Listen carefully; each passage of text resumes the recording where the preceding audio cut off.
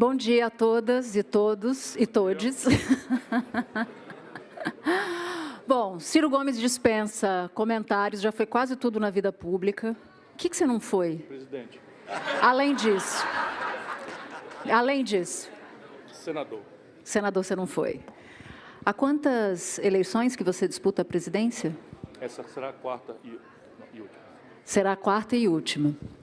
Aqui do meu lado, o professor Hussein, já um velho conhecido da plateia.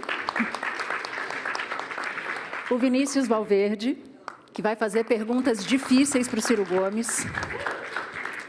Laura Carvalho, economista, vocês também já conhecem. E Antônio Tabet, que vocês conhecem de ontem. E eu já estou com medo das piadas que ele vai fazer aqui. E olha que eu não sou nem a candidata. Mas vamos lá. Ciro, esse é um ano crucial para todos nós.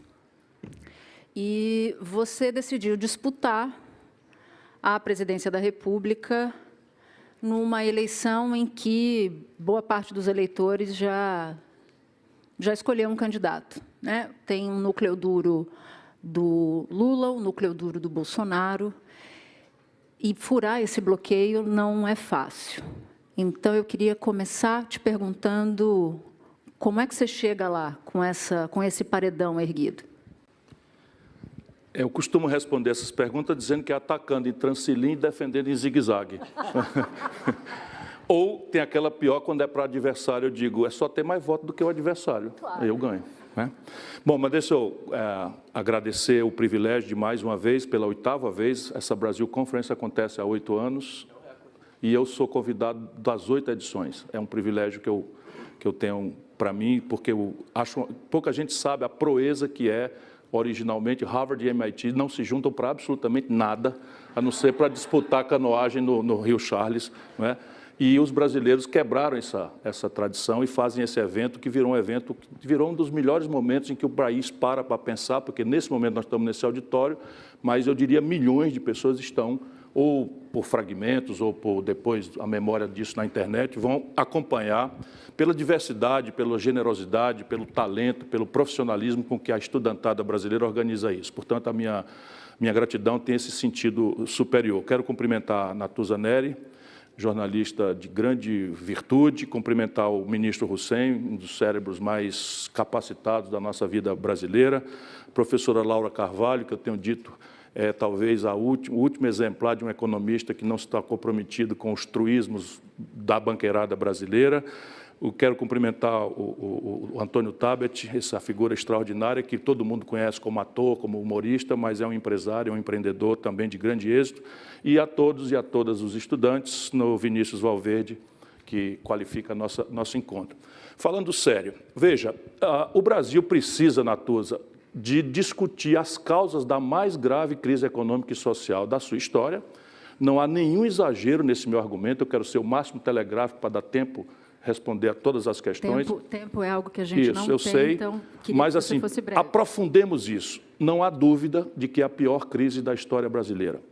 E o acumulado disso está ficando, assim, potencializando uma disruptura, se é que essa disruptura já não aconteceu no compromisso democrático do país, por tudo que acontece. Nós temos um presidente, né, indizível, para ficar aqui numa palavra respeitosa do ambiente universitário, que eu considero, na verdade, um grande bandido. Assim, agora eu já saí do mundo universitário. Né? Com todos os S's e R's, eu posso demonstrar isso, e ele não me processa, porque sabe que eu tenho documentos a evidenciar isso que eu estou falando. É cruel para a gente falar isso. Porém, se nós não entendermos por que isto aconteceu, um país que nos deu ao campo progressista tantas e tão generosas vitórias, por que numa proporção de 70% do eleitorado, teoricamente mais politizado, do Sudeste e do Sul brasileiros, votaram no Bolsonaro? Não foi pela obra do Bolsonaro, não havia nenhuma. Não foi pela proposta do Bolsonaro, não havia nenhuma. Ele confessava nessa apologia da ignorância em que se transformou a política brasileira de lado a lado. Descobriu-se, portanto, que há um elemento de identificação com os valores populares, o fato de eu fazer apologia da ignorância. Então, de um lado o Lula, de outro lado o Bolsonaro, né, falando as maiores diatribes e inconsequências, porque isso parece ser um elemento de afinidade. O Bolsonaro, eu não entendo nada de economia. Pergunta para o Paulo Guedes. Ou seja, ele não sabe dar uma ordem, não sabe avaliar o resultado de uma política, não sabe arbitrar um conflito. E quer ser, e virou, o líder do país. Por que isso aconteceu? O nosso povo virou fascista? O nosso povo, 70%, virou gado? Eu me recuso. Na minha opinião, aconteceu por quê? Porque a democracia brasileira compreendeu uma parte da tarefa, que era a reinstitucionalização do país, devolver as franquias libertárias que nos foram subtraídas ao longo da ditadura, mas fracassou explosivamente em desenhar um modelo de desenvolvimento econômico e social que nos tirasse do colapso do nacional-desenvolvimentismo lá de trás. Essa é a grande tese. E, lamentavelmente, eu tenho falado isso há muitos anos. E a expressão hegemônica da política brasileira, que eu quero disputar, não aceita o debate sequer metodologicamente. E aí nós saímos de tragédia em tragédia, com o mesmo modelo econômico, qualquer que seja a retórica, é o mesmo modelo econômico, caricatura. Câmbio flutuante, superávit, meta de inflação. Quem inventou isso? Fernando Henrique. Qual foi a política do Lula? A mesma. Qual foi a política da Dilma? A mesma. Qual foi a política do Michel Temer? O mesmo. Qual foi a política do Bolsonaro? É a mesma. Agravada por uma excrescência teórica, que é o teto de gastos, com status constitucional e com uma idade congelada de 20 anos. Como se isso fosse um método de garantir sanidade fiscal, que é em si um valor que eu pratico a minha vida inteira, governador, ministro, prefeito, não tem um dia de déficit. E é um modelo de governança política. Escuta, eu não preciso fazer teoria. Olha aqui a caricatura do que eu estou querendo falar. O Bolsonaro está afiliado ao partido do Valdemar Costa Neto, que vem a ser o cara a quem o Lula deu o DENIT para roubar e foi condenado e preso no Mensalão. E estava com o Collor e com o Fernando Henrique. O Roberto Jefferson, que está em prisão domiciliar, foi o cara a quem o Lula, para defender o Bolsonaro, foi o cara a quem o Lula deu os correios para roubar e detonou o escândalo do Mensalão. Eu estou variando ou isso é a nossa história? Não tem uma coisa errada, não. O Meirelles, que aí não é o bandido, o Meirelles aqui é a convicção ideológica equivocada, o autor do teto de gastos, o Meirelles foi ministro do Lula, foi ministro do Michel Temer e secretário de Fazenda do Dória. Sabe? O que percebe claramente, então, é que há um modelo econômico e um modelo de governança política no país que produzem crise. E se a gente não entender isso metodologicamente, o Brasil vai eternizar essa crise até o ponto da ruptura.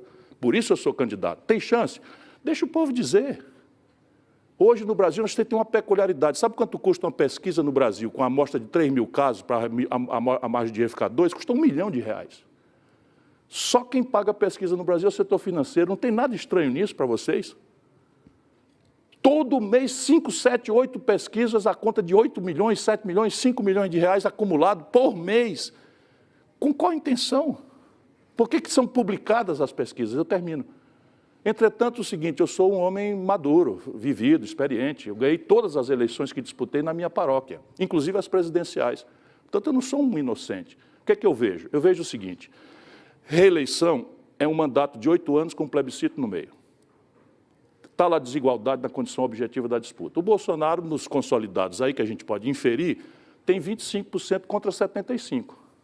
Confere? Quer dizer, se o critério for plebiscitário em favor do status quo da reeleição ou não, você tem 25% com o Bolsonaro e 75% está em outros lugares. O Lula, que é 100% odiado, 100% amado, 100% idolatrado, 100%, enfim, conhecido, ninguém é neutro em relação ao Lula, pudera. Todas as eleições o Lula é o candidato, ou um estafeta ser o candidato, do 89 até hoje. Todas as eleições, o Brasil, a esquerda brasileira só tem um homem. Tem um presente aqui que podia ter sido nosso candidato a presidente, porque é um exitoso parlamentar, um exitoso ministro, um exitoso governador. Foi abandonado, nunca foi permitido a ele. Está o Jacques Wagner aqui, quero fazer uma homenagem, dar um abraço no companheiro para poder eu falar o resto que eu tenho que falar. Pois bem, mesmo com essa pródiga presença na vida brasileira, o Lula tem capturado 40, 45. Confere? Sim. Então, 25 pró-status quo, 45 para o mais notório dos políticos. Sobra 30, cadê eles? Ei, pessoal, estou aqui. Ciro, a gente tem um painel aqui com 4 pessoas que se prepararam muito para fazer perguntas para você. Então, eu vou pedir para que você tente ser mais breve nas respostas para que eles consigam exercer todo o trabalho árduo que fizeram. Laura, com você. Bom dia. Tá ligado. Bom dia. Tá ligado? Tá. Bom dia a todos. Também agradecendo mais uma vez o convite da Brasil Conference. Sem mais, já vou passar aqui para a pergunta, para a gente aproveitar o tempo que temos. Ciro, eu vou fazer uma pergunta justamente sobre esse modelo econômico e o que deve ser a mudança nesse modelo econômico. Acho que eu e você compartilhamos, né, muitas das preocupações com o atual arcabouço de política econômica. No entanto, eu tenho um elemento que me preocupa em várias das falas e também, enfim, mesmo no pensamento que está por trás de parte do projeto que você apresentou em 2018 e, de maneira recorrente, apresenta, que é o seguinte, dando um pouco de contexto aqui para todo mundo. Dentro das possibilidades de estratégia para se desenvolver, né, está, me parece, como muito central no seu projeto, o desenvolvimento da indústria, né, em particular do potencial exportador do Brasil, né, o ganho de competitividade das empresas brasileiras, da indústria brasileira. E, entre os elementos que você coloca como necessários para esse desenvolvimento, para essa retomada de competitividade, está a taxa de câmbio, né? E o fato de que o Brasil valorizou a moeda durante muito tempo, isso teria sido danoso para a indústria brasileira, e que, então, a gente precisaria ter uma taxa de câmbio mais competitiva, ou seja, um dólar mais alto, né? Para traduzir aqui em termos que os jornalistas, vamos dizer, utilizam. Essa questão da desvalorização da moeda é, inclusive, um dos pilares da Escola Novo Desenvolvimentista, o economista que lhe assessora faz parte dessa escola, como aquilo que poderia, então, ao tornar mais baratos os produtos brasileiros, levar a um desempenho exportador melhor, né? Qual o problema? Para a gente conseguir competir com países como Bangladesh, outros países do Sudeste Asiático, e levar esse dólar mais alto, esse patamar, né, que seria possível de tornar os nossos produtos tão baratos quanto os produtos que esses países praticam, né, isso implica, na verdade, quando a gente leva o câmbio para esse patamar, isso implica em levar salários reais, os salários, o poder de compra dos salários brasileiros para níveis de salários de Bangladesh, né? Ou para o nível de salários desses países que conseguem competir nesses produtos manufaturados simples. Que é o porquê de haver muito debate entre economistas, inclusive com essa escola novo desenvolvimentista, porque o custo de levar os salários do Brasil para esse patamar é um custo social altíssimo e também pode ser um tiro no pé na própria estratégia, porque a gente, quando reduz salários, a gente também reduz nosso mercado interno, nosso dinamismo, a gente aumenta a desigualdade, a gente tem uma série de elementos que podem prejudicar o próprio sucesso da estratégia. Então, o que eu gostaria de entender porque pessoas dessa escola, né, costumam dizer, não, tudo bem, mas você tem no curto prazo uma redução de salário, mas no longo prazo isso é bom, que você desenvolve a indústria e acaba que isso gera um crescimento de salário depois. É isso que você acredita? Você está disposto a reduzir salários? Como é que você entende, então, que se pode desenvolver a indústria brasileira que não reduzindo salários? Porque eu acho que isso é algo que não faz parte de uma agenda progressista. Eu precisaria de umas 3 horas para responder com o mínimo de qualificação essa pergunta. E nós definitivamente não temos, então eu recomendo. Está na Amazon. Eu sabia que eu ia ser obrigado a ser telegráfico. Deixa eu explicar aqui uma coisa. O que eu defendo para o Brasil é um projeto holista. Então, se você imaginar, olhando os neodesenvolvimentistas, o professor Bessa Pereira, não sei o que e tal, e a centralidade que eles dão ao argumento do câmbio, as ilações que a professora Laura extrai delas são razoáveis, são pertinentes, porque o poder de compra do salário é claramente uma variável da taxa de câmbio. É isso que os politiqueiros brasileiros aprenderam a fazer lá atrás com o Fernando Henrique, e que o Bolsonaro está começando a repetir agora. Você exorbita a taxa de juros lá para o planeta Terra, pisca aqui na telinha de cristal líquido de Wall Street, que tem um país pagando 10 vezes a taxa de juros que o mundo paga há 15 anos, desde a crise de 2008, E aí, overnight, com garantia do governo, eles descem no balanço de pagamentos do Brasil e artificializam a nossa taxa de câmbio. As pessoas têm um conforto consumista, fica mais barato sair do Rio de Janeiro para Miami do que ir para Fortaleza, não é? E todo mundo fica feliz, e o país quebra. E o acumulado é o seguinte, o acumulado dessa estratégia que começa lá atrás com Fernando Henrique, e eu estava na origem disso, eu ajudei a fazer o Plano Real, e esse era um remédio que nós manipulamos lucidamente, porque entre nós estava acertado que ia durar 6 meses. Ou seja, botar a taxa de juros lá em cima para atrair câmbio e valorizar a nossa moeda como coadjuvante central de uma superinflação renitente é a chave de inteligência do Plano Real. Só que isso gerou uma popularidade tão grande que o Fernando Henrique transformou isso em política pública e o Lula manteve. E o balanço de pagamento do país foi destruído. Quando essa brincadeira começou, 1/3 do PIB brasileiro era indústria. Hoje é 9%. Não existe economia do conhecimento, economia pós-industrial, do serviço sofisticado, se não tiver uma base industrial. E o Brasil precisa considerar isso. Como é que a gente faz uma coisa sem ter o efeito colateral na outra? Trabalhando de forma holista e complexa. Então, qual é a ideia? A ideia é que os preços centrais da economia têm que ser administrados de forma científica, não demagógica, de maneira a estimular a competitividade sistêmica do empreendedor brasileiro. Na defesa, contra 3 variáveis hostilíssimas que derrogam completamente o mito neoliberal do free market. Por quê? Porque a taxa de financiamento de uma economia não é global, porque o nível de maturidade tecnológica de uma economia não é global. Hoje é um problema de disruptura, inclusive nacionalmente. Vejam a diferença entre a vida do migrante latino nos Estados Unidos e os trabalhadores do Vale do Silício, para entender o que eu estou querendo dizer. Isso é a tarefa da nova esquerda, do novo pensamento, como é que nós vamos desenhar uma institucionalidade nova para capturar os ganhos de produtividade extraordinários que a disruptura tecnológica vão nos oferecer, de meia dúzia de Zuckerbergs e Elon Musks, para o conjunto da sociedade brasileira, seja para o ócio dos trabalhadores, seja para o incremento da sua renda média. Isso supõe coordenação, portanto, o mito neoliberal, que já está morto academicamente, no Brasil ainda viceja. Como é que a gente faz isso tão concretamente? Vamos lá. Administrar a taxa de juros é a primeira tarefa. Não haverá uma taxa de juros sadia se nós não fizermos 2 movimentos.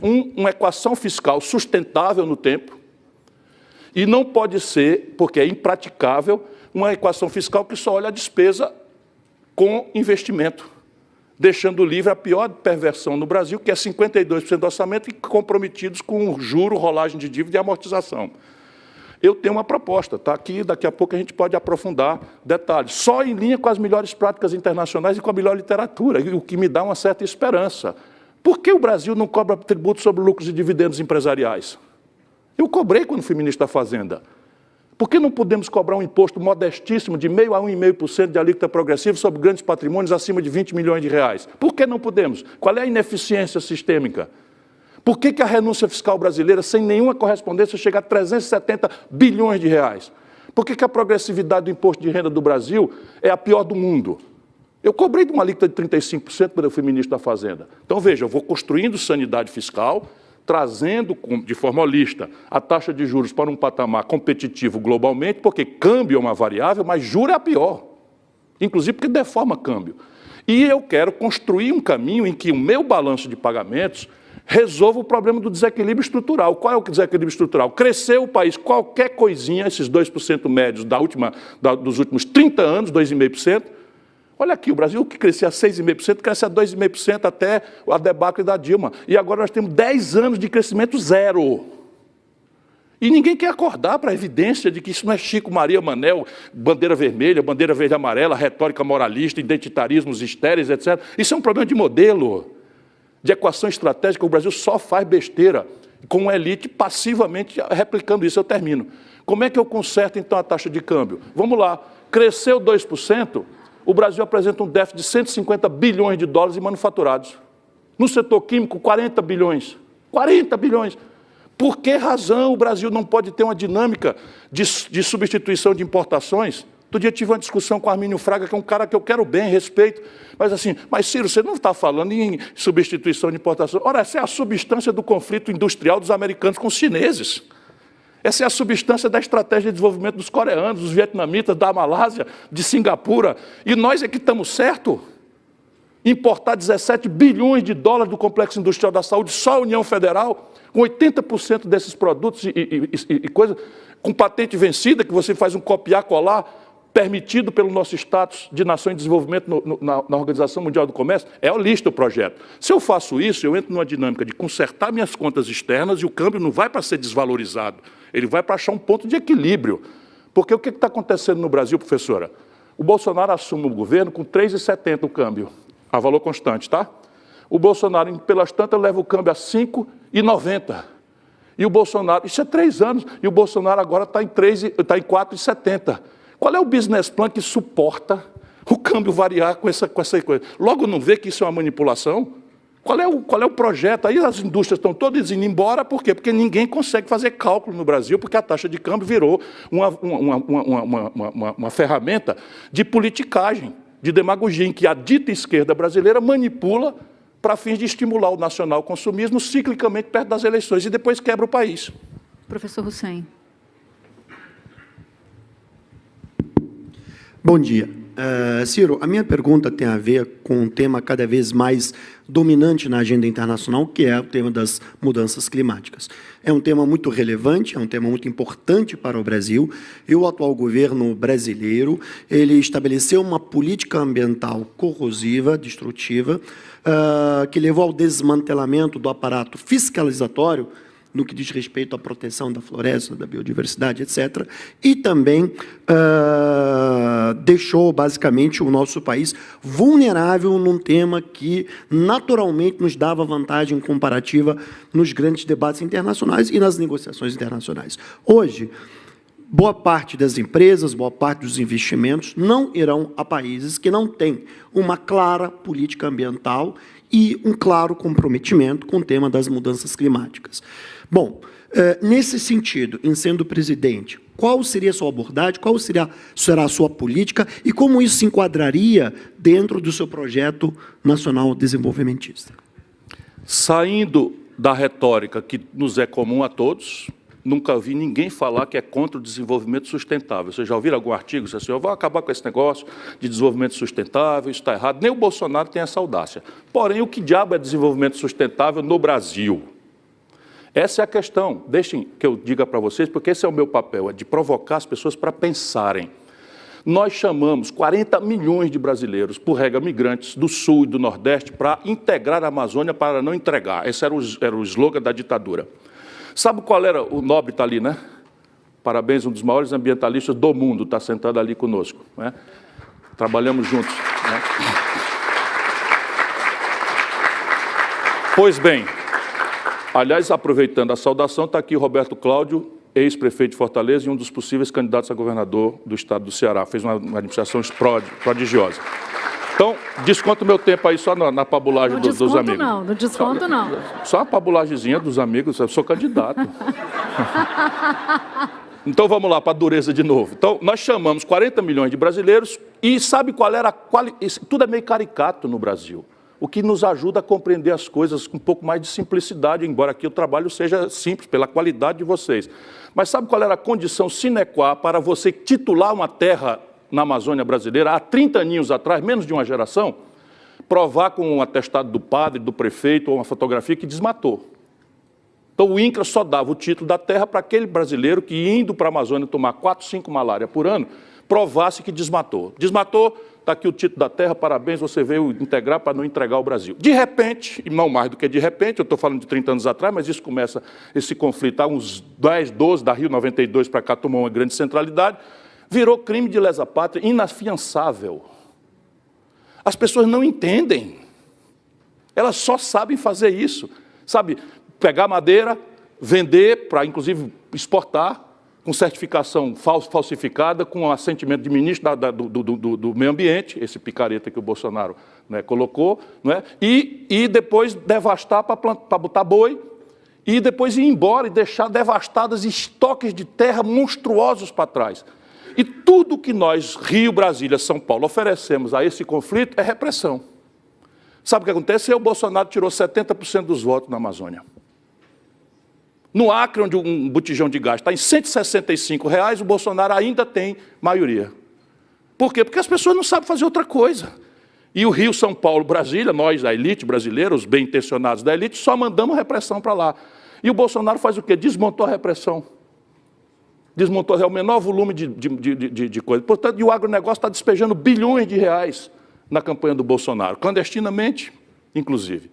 Como é que a gente resolve isso? Na minha opinião, é nos reconciliando com o povo local, com o brasileiro local. Como? Zoneamento econômico e ecológico. É assim que a gente pode resolver. Isto é que é uma ferramenta de desenvolvimento sustentável. Eu me assenhorear do território, eu compreender os aspectos edafopedológicos.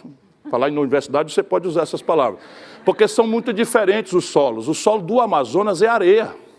Os solos do Pará são recuperáveis e já estão mais devastados do que qualquer outro. Ou seja, se eu conseguir recuperar solos, que a Embrapa já está desenvolvendo tecnologias para isso, para trás, e começar a diversificar o perfil, fazendo um zoneamento econômico ecológico preventivo, aqui pode, aqui não pode, aqui pode, aqui não pode, eu posso perfeitamente me antecipar e fazer isso validando com a população local, antes de mais nada, com os técnicos, os especialistas e com grande atenção internacional de boa-fé.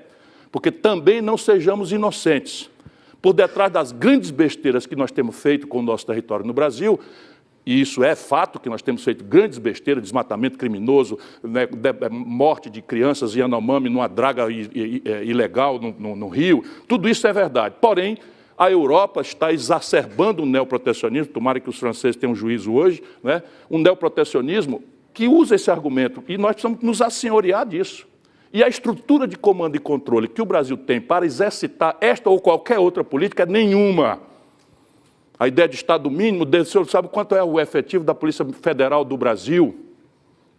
Informação cultural, o Ceará tem 30 mil policiais.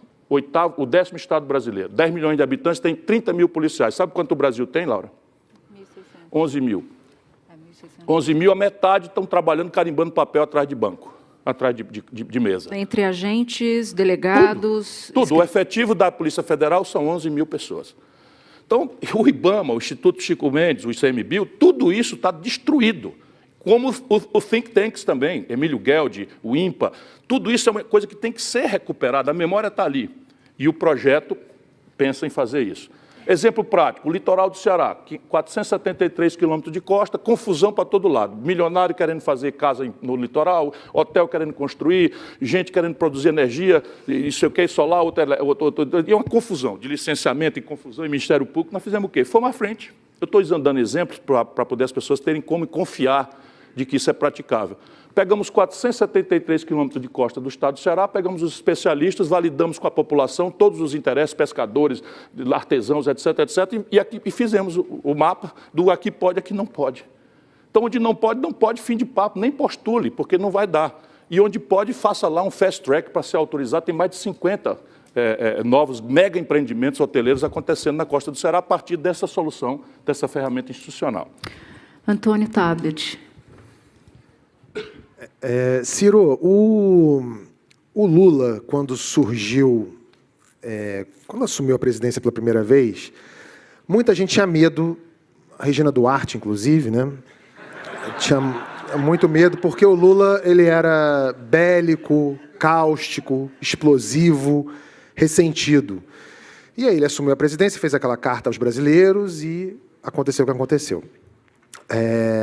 Depois, quando veio o Bolsonaro, muita gente tinha medo do Bolsonaro porque ele era bélico, cáustico, explosivo, ressentido, mas houve quem votasse no Bolsonaro apostando que ele ia delegar muito para os superministros, inclusive um teve ontem aqui, coitado.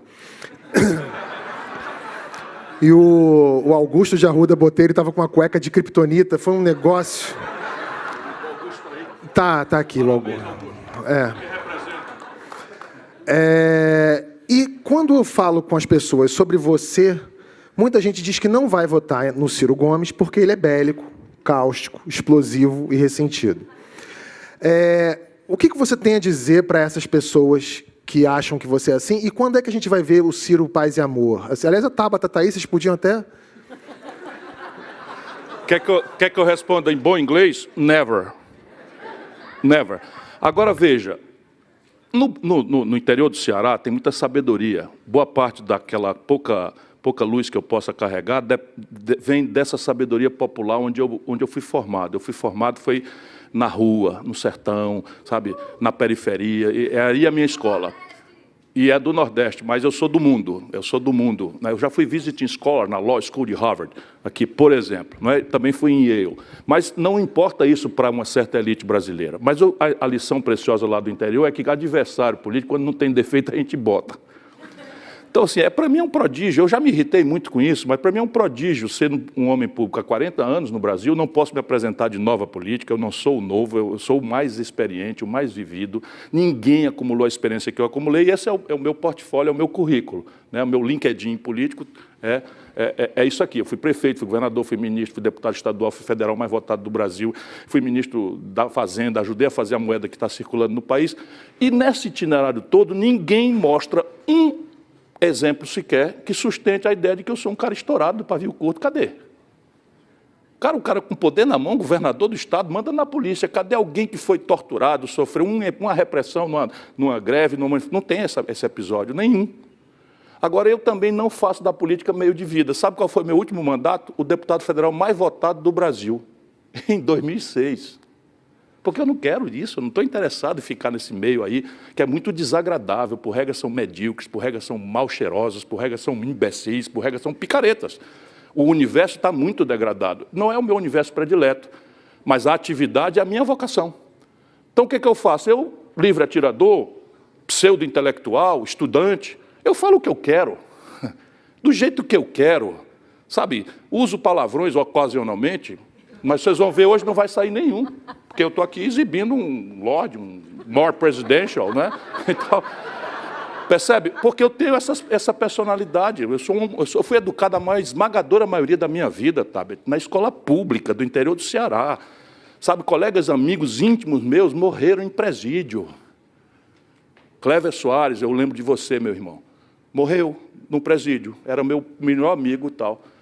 Percebe? Então eu sou isso daí. Agora, veja eu com o poder na mão, se eu cometi alguma arbitrariedade, se eu feri alguém, se eu ofendi algum interesse, se eu fui arbitrário em alguma coisa. Não tem essa ocasião, eu fui prefeito, deputado, governador, ministro isso, ministro daquilo, não tem esse precedente. Então faz o quê? Por que não me chamam de desonesto? Num país de corruptos, na elite política? Por que não me chamam de incompetente? Que são, a meu juízo, os grandes defeitos de um homem público. Sabe por que não me chamam de ignorante? E, de repente, eu quase estou pedindo desculpa porque gosto de estudar nesse país. Mas não, estou aqui tranquilo, vou não dar o pé, porque de vez em quando eu dou o pezinho mesmo. Sabe? Aí mando. Agora não, agora vai ser tranquilo, a campanha inteira, quando eu tiver vontade de dizer, vá, eu disse, tenha compostura, senhor. Não é? Pronto, vai ser assim agora. Agora, veja bem, deixa eu dizer aqui, só para dizer, se eu estou sentado nessa cadeira aqui ontem, com este inimigo da República, ainda sendo convidado para vocês, que esteve aqui ontem, eu mandava uma nele, mas não tinha conversa, e era de bandido para cima. Pronto, é assim que eu penso. Sabe, um cara que usurpa a magistratura, talvez a mais sagrada das missões humanas, que é julgar o semelhante, para transformar os autos numa ferramenta de perseguição política, e depois vai servir ao político que ganhou a eleição por isso, depois sai desta ocasião e vai servir a uma empresa que é a única que não podia. A única empresa que não podia trabalhar era a empresa que está administrando a massa falida das corporações que ele quebrou. Ganha 3 milhões e 600 mil reais em dólar. A sede da companhia Nova York, ele estranhamente atuava em Washington. Tem 12 visitas dos órgãos de segurança e informação e de inteligência dos americanos, sem registro dos canais protocolares do Brasil, e este homem vai circular impunemente só porque os políticos brasileiros têm rabo de palha e medo? Eu não tenho nem medo, nem rabo de palha. Vinícius. Pronto, o senhor tem a compostura, já ficou no caminho. Não tem jeito. Bom dia, pessoal. Enfim, uma oportunidade muito grande de estar aqui. Agradeço ao Ciro por comparecer pela 8ª vez à Brasil Conference, em nome da organização, acho que é o recorde, né? Eu vou mudar um pouquinho o teor, eu vou falar um pouco de educação. A gente sabe que uma das pautas importantes, né, no seu projeto de governo é aumentar, enfim, gastos com educação em termos de porcentagem do PIB.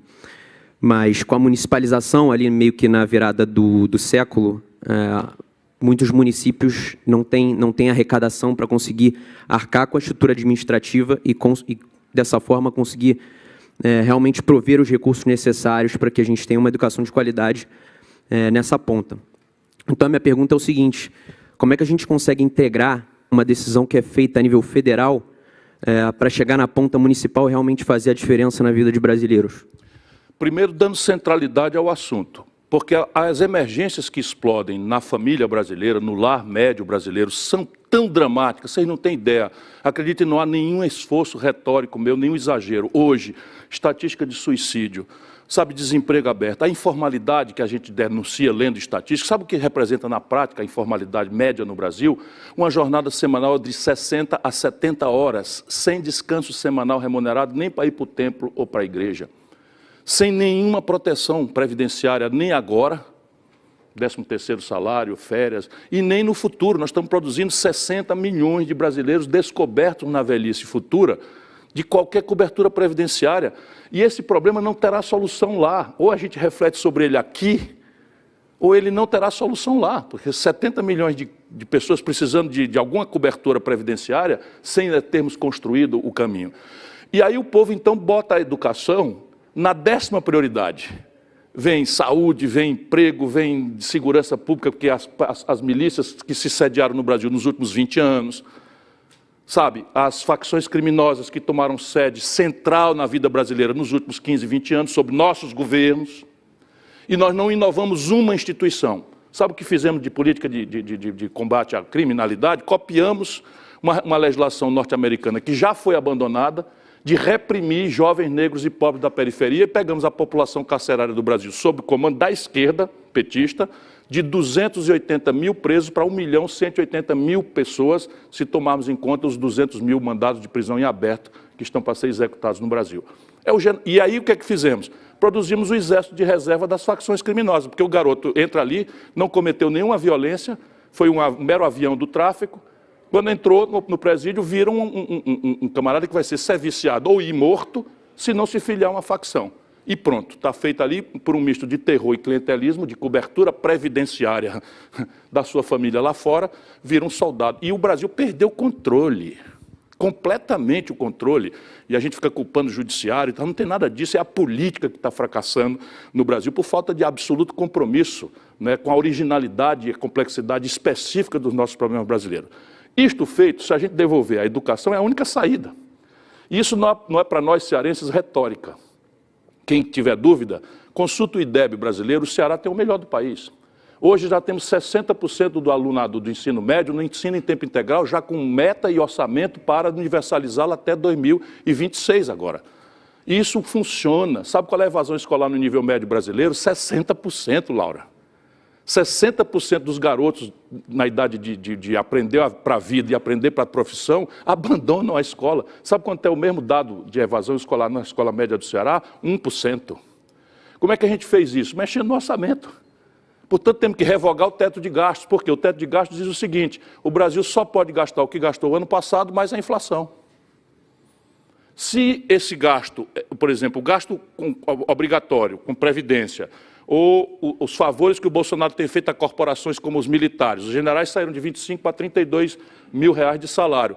Isso subiu 9% as despesas regulares do país. Sabe onde é que vai o teto de gasto? Só naquilo que interessa para o povo, deprimindo o orçamento de investimento. Sabe quanto é que sobrou esse ano? De 4 trilhões e 800 bilhões? Ô Lula, presta atenção, Lula. 4 trilhões e 800 bilhões de reais, sabe quanto sobra para investimento hoje? 25 bilhões.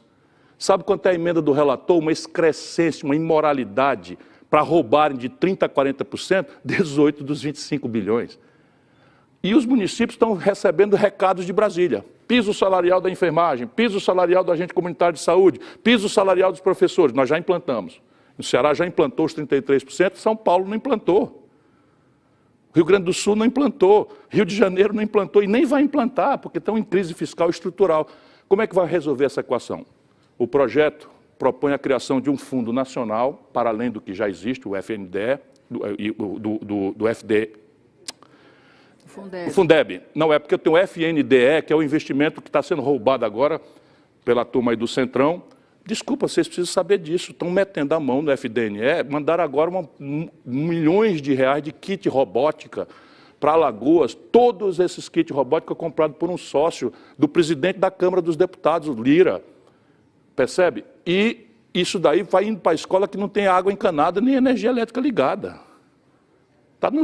Isso acontece, é o modelo de governança. Sabe onde é que essa gente estava no governo passado, do Lula e da Dilma? No ministério. No ministério da Dilma e do Lula. Sabe o Gedel, dos 51 milhões de reais nas caixas, nas malas? Estava vice-presidente da Caixa Econômica no governo da Dilma, ministro da Integração Nacional do Lula. Tenha paciência. Até quando? Sabe? Até quando nós vamos suportar isso em nome de quê, na verdade? Então, um fundo nacional vai fazer o seguinte, vamos convocar uma reestruturação de toda a pedagogia brasileira.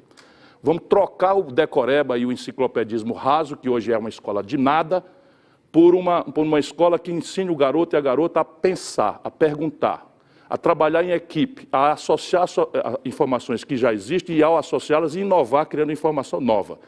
Este é o profissional da economia do conhecimento que nós precisamos preparar. Isso demanda um retreinamento de todo o magistério. Para retreinar todo o magistério, nós precisamos qualificar o salário, que é o itinerário do Ceará. Não é que nós fizemos milagre, não, mas fizemos o seguinte, no meu governo, a meta era passar o salário do Estado para ser maior do que o salário da iniciativa privada. Conseguimos. Laura, Ciro, é sério, a gente tem 14 minutos e 26 segundos. E eu queria fazer mais uma rodada de perguntas de todo mundo. Por favor, Laura. Ciro, bom, eu teria eu teria várias outras perguntas, inclusive na sua resposta anterior, eu adoraria reagir e perguntar mas como você que... pode, mas é possível reagir. Vamos fazer uma live, eu vou te convidar para Ciro Games, a gente faz uma live. A gente discute melhor como que reduzir juros acontece sem gerar inflação, enfim, tem uma série de preocupações que eu tenho. Mas eu quero fazer uma outra pergunta que tem... um pouco, para dar o contexto, um lado que eu já vi o senhor muitas vezes falar contra o identitarismo, né, como questões de gênero, de raça, muitas vezes, para o senhor, obscurecem elementos que o senhor considera mais importantes. Mas, então, eu queria fazer uma pergunta, dado que a desigualdade no Brasil ela tem um componente muito claro de gênero e de raça, né, e que, nesse momento, a gente tem visto paradigmas econômicos entenderem, pelo lado da economia, né, a importância da redução de desigualdade de gênero, de se colocar a redução de desigualdade de gênero no centro das agendas de economia. Se a gente olhar para o plano Building Back Better do Joe Biden, a gente tem um componente muito claro de combate à desigualdade de gênero como parte do projeto da agenda macroeconômica, da agenda de desenvolvimento de longo prazo, do que é o estado de bem-estar social. Né? Isso tudo está como muito central. Então, eu queria entender como que o seu projeto nacional, já estou vendo o senhor com o livrinho na mão aí, como que esse projeto, especificamente, vai reduzir desigualdade de raça e de gênero no Brasil, porque a gente já viu muitos momentos em que o desenvolvimentismo veio com, ao contrário, não só a concentração de renda, como o agravamento dessas abissais desigualdades que têm cara e têm cor, né? A gente não pode confundir dois universos onde nossa reflexão está acontecendo. Eles interagem, mas não são o mesmo. Um universo é a modelagem de desenvolvimento e o outro universo é como viabilizar politicamente este projeto, esse conjunto de mudanças que eu estou propondo. Uma coisa absolutamente imbricada com a outra, mas são universos metodologicamente distintos. Então, o Projeto Nacional de Desenvolvimento que eu advogo tem uma missão: vencer as desigualdades e a miséria num prazo, e eu estou estabelecendo para o Brasil um estresse, um sarrafo. Qual é a ideia? A ideia é que o Brasil assuma, é a minha ideia, mas isso está submissa a um debate, que o Brasil se determina de ser uma Espanha, não é o mais rico nem o mais pobre dos países europeus, do Ocidente, uma Espanha em 30 anos. Isso é absolutamente humilde, acreditem. Parece muito audacioso para um país que faz 10 anos que não cresce nada, que faz 30 que cresce 2,5%, quando a demografia ainda cresce, o per capita fica praticamente zerado, mas, para mim, estudando e as equações, e com a minha vivência, eu não sou nenhum marciano que desceu ontem aqui e tal, eu conheço o Brasil profundamente. Então, eu digo que o Brasil pode ser uma Espanha sob o ponto de vista de indicadores sociais e econômicos em 30 anos. E vamos discriminar. O que é isso sob o ponto de vista de mortalidade materno-infantil? O que é isso, do ponto de vista de expectativa de vida. O que é isso em matéria de renda per capita? O que é isso em matéria de acesso aos jovens de 18 a 25 anos ao ensino superior? Percebe? O que é isso em percentual de gasto com ciência e tecnologia, inovação, que sem o que não acontecerá nada nesse país, no nosso país, lá sofrido lá de baixo e amado na mesma intensidade. Isso, então, quer dizer que é um plano, e o objetivo é superar a miséria e a desigualdade. Se esse objetivo é honesto, ele tem que entender o Brasil como ele é. É um país negro, o maior do mundo fora da África, e um país feminino. 52% da população são mulheres. E a explosão da miséria nestes dois indicadores, isto daqui não é identitarismo, vai me desculpar. Isso aqui são maiorias minorizadas. E eu trato isso com um empoderamento. E aí você tem um caminho que é holista para todo mundo, mas a distinção por políticas afirmativas fazem parte do meu receituário que eu advogo. Por exemplo, o meu governo, como prefeito de Fortaleza, metade dos secretários eram mulheres, lá no longínquo ano de 1988.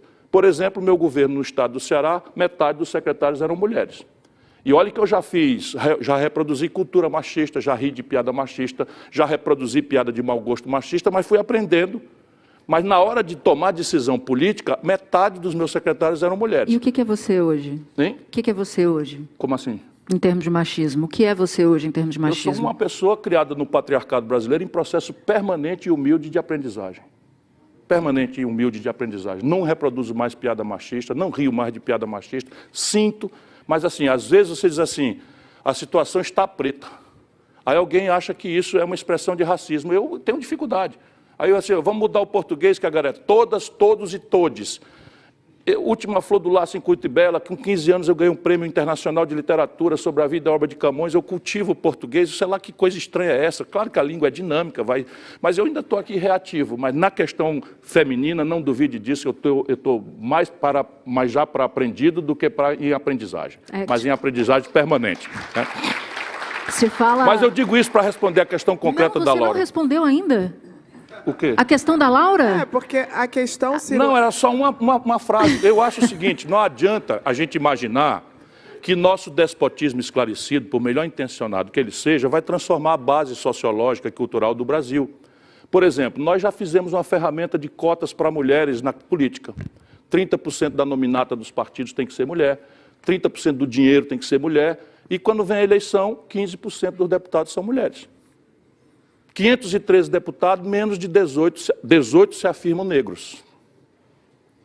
É evidente, nós temos que fazer um processo de fast track, de políticas afirmativas, eu sou completamente favorável. Mas não adianta alimentar a ilusão, e aí por que eu falo que há um universo político? É que nosso povo, falei para a Natuza ontem, desculpa, isso aqui é chave para entender tudo mais. Essa semana teve uma polêmica, para entender ilustradamente o que eu estou querendo dizer. O nosso povo é de esquerda e de direita.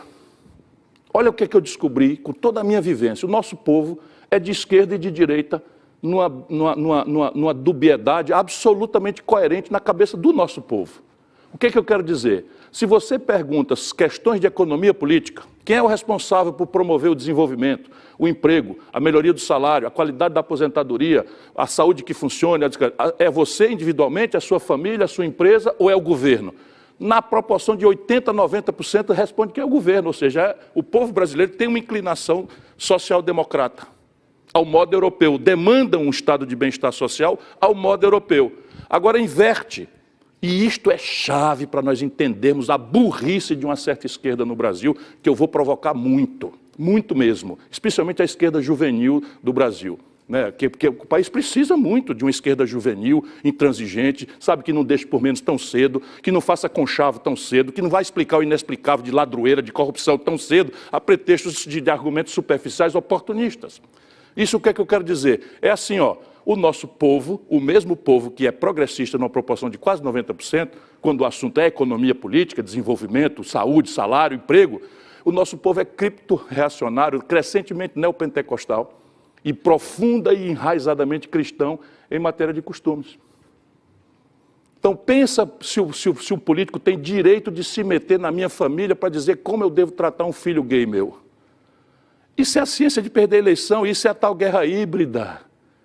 Os camaradas por aqui, Steve Bannon, etc., descobriram essa beleza. Então se você racionalizar o debate com o Bolsonaro não se elege a nada. Mas se eu trocar o universo onde o debate vai acontecer, que não é mais emprego, salário, decência, respeito aos direitos humanos, respeito à democracia, para ser kit gay, como é? Mamadeira de piroca, tudo que o Bolsonaro inventou e que a nossa imprensa deixou passar. Deixou passar, e o que aconteceu? O Bolsonaro excitou os pobres brasileiros por uma agenda criptorreacionária. Eu não caio nessa. Eu não caio nessa. Quando a Márcia Tiburi, uma pessoa muito interessante, não tenho a menor dúvida disso, o PT lança candidata a governadora do Rio, a turma recupera vídeos da Márcia Tiburi fazendo apologia do assalto. Ou a inteligência, não é apologia. A apologia ela faz do cu. Com essa expressão que é dela, não é minha. Ela diz assim, você sabe, nós precisamos entender a importância do cu na sociologia e tal. A candidata a governadora do Rio de Janeiro. Desculpa, isso aqui eu estou fazendo aspas, é muito... Mas escuta, é muito sério o que eu estou querendo dizer. Sabe o que aconteceu? Elegeram o Crivella, elegeram o Witzel, elegeram o Bolsonaro, no Rio de Janeiro. Estão fazendo a mesma coisa agora. Estão fazendo a mesma coisa, caem como um patinho. O que é que o Lula tinha de dar uma declaração estapafúrdia como a que ele declarou agora, que todo mundo tem direito a fazer o aborto? Que coisa mais simplória para um assunto tão grave e tão complexo. E qual é o poder que o Lula tem, sendo presidente da República por 14 anos, ou mandando na presidência do Brasil, e que não resolveu essa questão? Porque ela é insolúvel. Ciro, vamos para... Só um minutinho. Ela é insolúvel. Não, isso aqui é chave para a gente estabelecer. Olha, quando o guerreiro vai para a guerra, se ele puder antecipar, ele escolhe o campo da luta, para ele ter a vantagem. Nós estamos caindo como um patinho. Por quê? Porque as questões identitárias são nobres. É fato que no nosso país é o país que mais mata comunidades LGBTQI. Tira o quê? LGBTI+, agora o que saiu, não tem mais. Eu estou estudando também. É o país que mais mata. Tem que ter clarezas disso daí. Mas qual é o poder que o presidente da República, que vai disputar uma eleição agora com o povão da favela, que está indo buscar na igreja autoajuda, lenitivo, socorro para o desespero em que se encontra? Isto é ser de esquerda? Isso não é ser de esquerda, isso é ser déspota, esclarecido e descomprometido com a vida real do nosso povo e entregar para a direita mais tacanha fazer o que ela está fazendo com o nosso país. Tabet.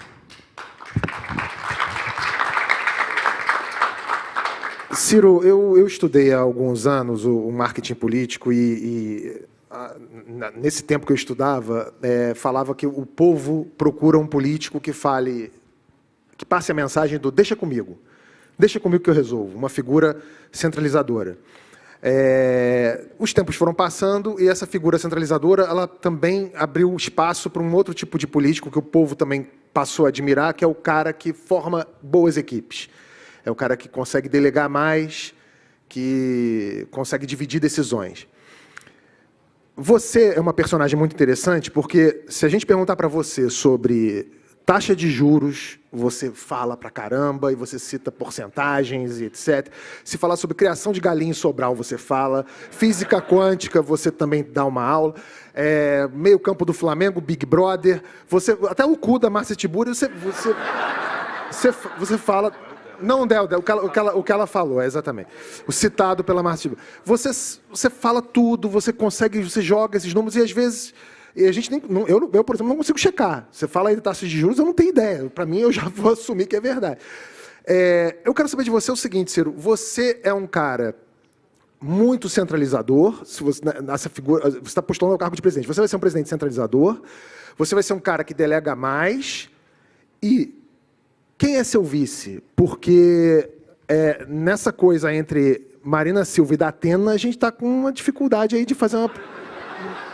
Pergunta para o pessoal da imprensa aqui presente, eu não tenho nada com isso.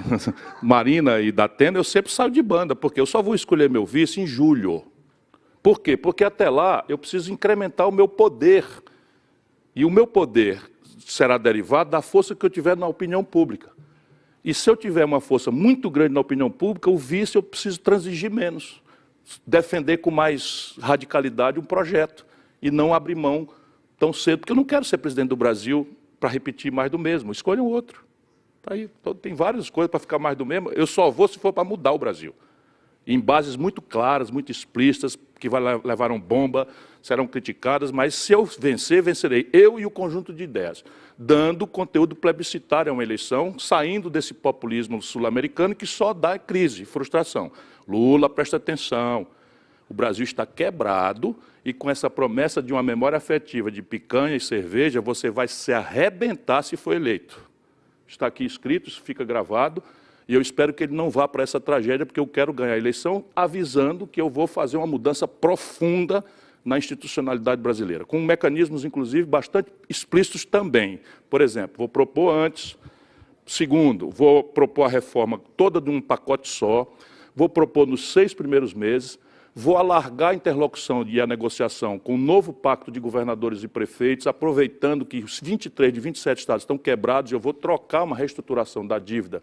Por exemplo, o Eduardo Leite esteve aqui, fala em ajuste fiscal o tempo todo. Sabe qual é o ajuste fiscal do Rio Grande do Sul? Um liminar que passou o Rio Grande do Sul sem não pagar a dívida, ministro Barroso. Uma honra grande cumprimentá-lo, um grande brasileiro entre nós presentes que eu distingo agora. Pois bem, esse é o ajuste fiscal. O Rio de Janeiro está quebrado.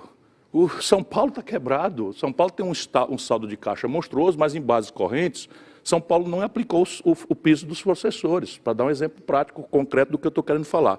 Aí há uma energia para mudar o país. Então, e persistindo o impasse, eu pretendo usar a Constituição Federal Brasileira e chamar o povo brasileiro para votar diretamente através de plebiscitos e referendos só aonde persistirem os impasses, não é? Depois dessa grande dinâmica de negociação. Com isso eu saio do toma lá da cá, do centrão que entra governo, sai governo, troca a bandeira de vermelho para azul, para amarelo, para verde e amarelo do Bolsonaro e tal, e o país está indo para o brejo. Eu sou um cara que gosto de trabalhar com enormes equipes.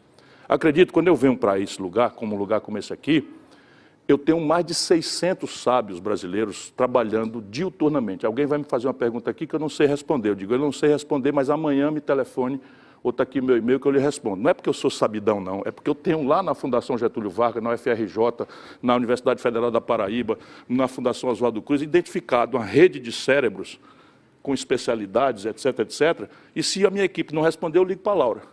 Porque eu tenho também capacidade de conversar com muita gente. Eu tive outro dia com Armínio Fraga, André Lara Rezende. Eu converso com essas pessoas. André trabalhou na minha equipe. Eu fui chefe do André Lara Rezende. O Edmar Baixa trabalhou na minha equipe. Então, eu sou um descentralizador. Agora, descentralizar não pode ser, sabe, chama o Paulo Guedes. O que é? Você não saber dar uma ordem, não saber avaliar uma política, dá nisso daí. Então, repare, vender a BR Distribuidora pelo preço das ações de varejo. Qualquer garoto desses aqui sabe que se você entrega o controle de uma companhia, as ações valem até 1000% a mais do que o que elas são cotadas no varejo. Vender a BR Distribuidora, e o Bolsonaro diz que o governo dele não tem corrupção.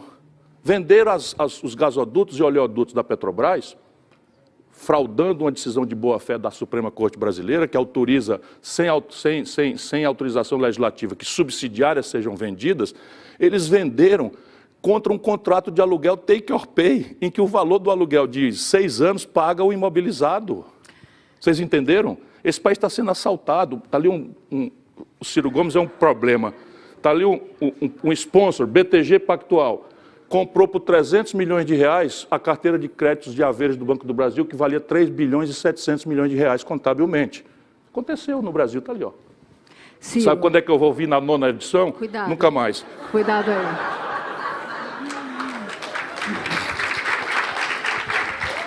Agora imagina o que é uma reunião ministerial com você. Eu tenho pena dos seus ministros, se você for eleito.